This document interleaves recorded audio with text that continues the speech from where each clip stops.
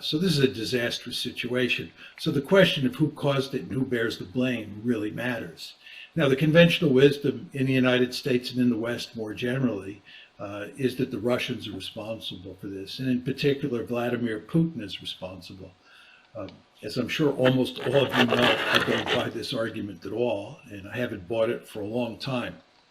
In my opinion, the West bears primary responsibility for what is happening today.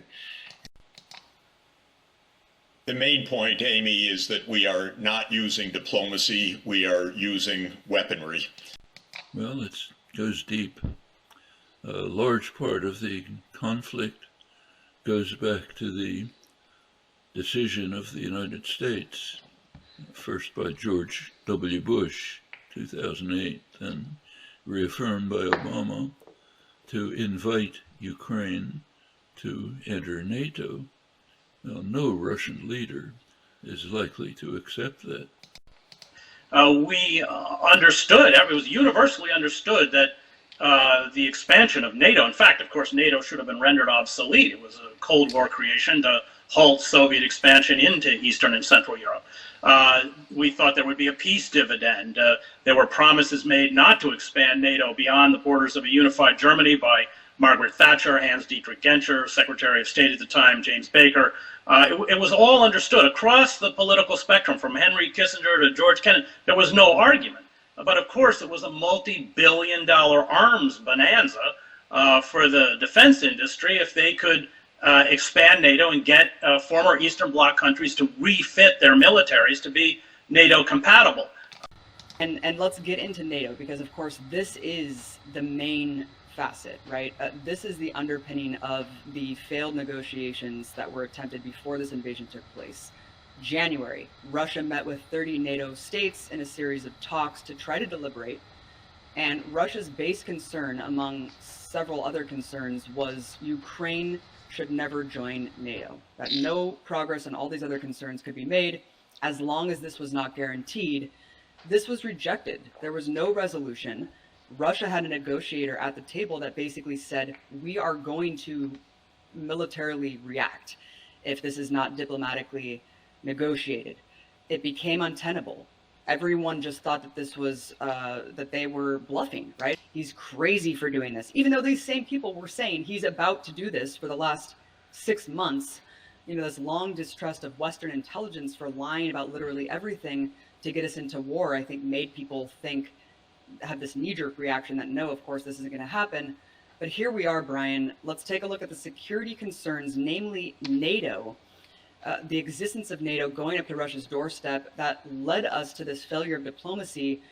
Give us a sense of what NATO is as a force. Why does it exist in the first place? What has it done since the fall of the Soviet Union? And are Russia's fears of NATO legitimate? Yeah, that's the most important thing, because I believe, Abby, that if the U.S. and the other NATO countries who are basically under the U.S. influence had taken a different step, had actually said yes to Russia in the last 4 months on what we have to agree are legitimate Russian security concerns, this would not be happening right now in Ukraine. We've been trying to provide the context for understanding how this could develop into a much wider conflict. And that means, first of all, telling the story of how the U.S. government engineered essentially a color revolution, and after Viktor Yanukovych agreed to stand his security forces down, ultranationalist militants attempted a coup. This is back in 2014. Then Poroshenko, one of the leaders of the Maidan regime that was brought in under U.S. stewardship, saying that Minsk was essentially a scheme to buy time for the Ukrainian military around the Donbass. The attacks on the people of Donbass, where according to the UN, over 80% of those killed since 2017 have been on the majority Russian-speaking side, and that's over 13,000 killed. And there's always endless money to fund the military-industrial complex and to pursue U.S. hegemonic aims. That's what the U.S. agenda is in Ukraine. There's no concern here for Ukraine's sovereignty or territorial integrity. Those are just fancy words to dress up, but this really is a proxy war. And Lloyd Austin, the defense secretary, made that plain when he said we want to use Ukraine essentially to weaken Russia. And I think people inside the White House see an opportunity to continue to weaken Russia by prolonging this war rather than go to the negotiating table, which they refuse to do. Anthony Blinken has said that he won't engage with Russia when it comes to the topic of Ukraine. They won't even have talks. And it's just amazing that they can be so nonchalant about this ongoing confrontation when it not only sacrifices Ukrainian lives, not only sacrifices lives around the world because of the rising food prices, but also continues to raise the threat of confrontation between the world's two top nuclear powers. Is NATO really to blame for the war in Ukraine? You make an interesting point in there, because if someone were to say on the mainstream media, look, this is NATO's fault. The U.S. refused to negotiate. NATO didn't need to expand. This was an unnecessary war. They'd be treated like they had done some terrible crime. You compare it to like Holocaust denialism, because that's the tone and the tenor right now. If you say NATO is responsible in the U.S. mainstream media, you're going to be scorched.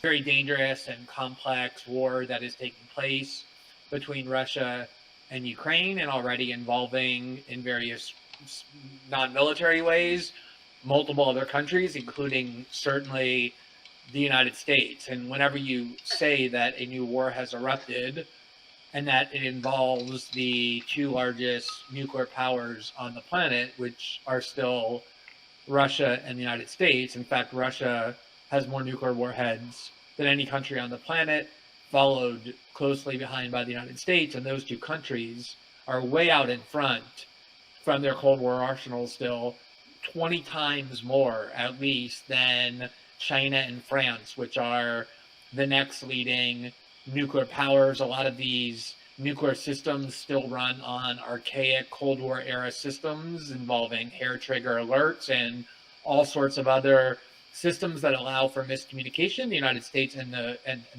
then Soviet Union have come very, very close to nuclear war on at least two and probably more occasions in the past. And so whenever there's a war that those two countries are involved in on opposite sides, even if not yet directly militarily, and hopefully it will never be, but even if, it is an extremely dangerous situation.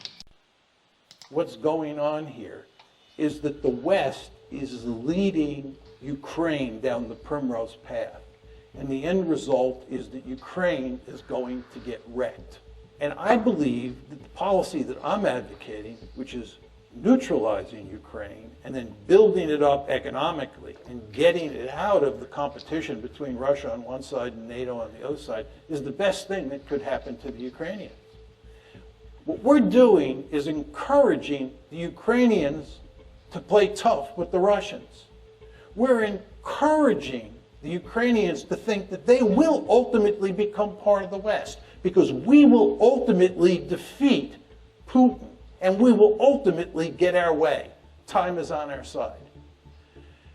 And of course, the Ukrainians are playing along with this. And the Ukrainians are almost completely unwilling to compromise with the Russians and instead want to pursue a hardline policy. Well, as I said to you before, if they do that, the end result is that their country is going to be wrecked. And what we're doing is, in effect, encouraging that outcome.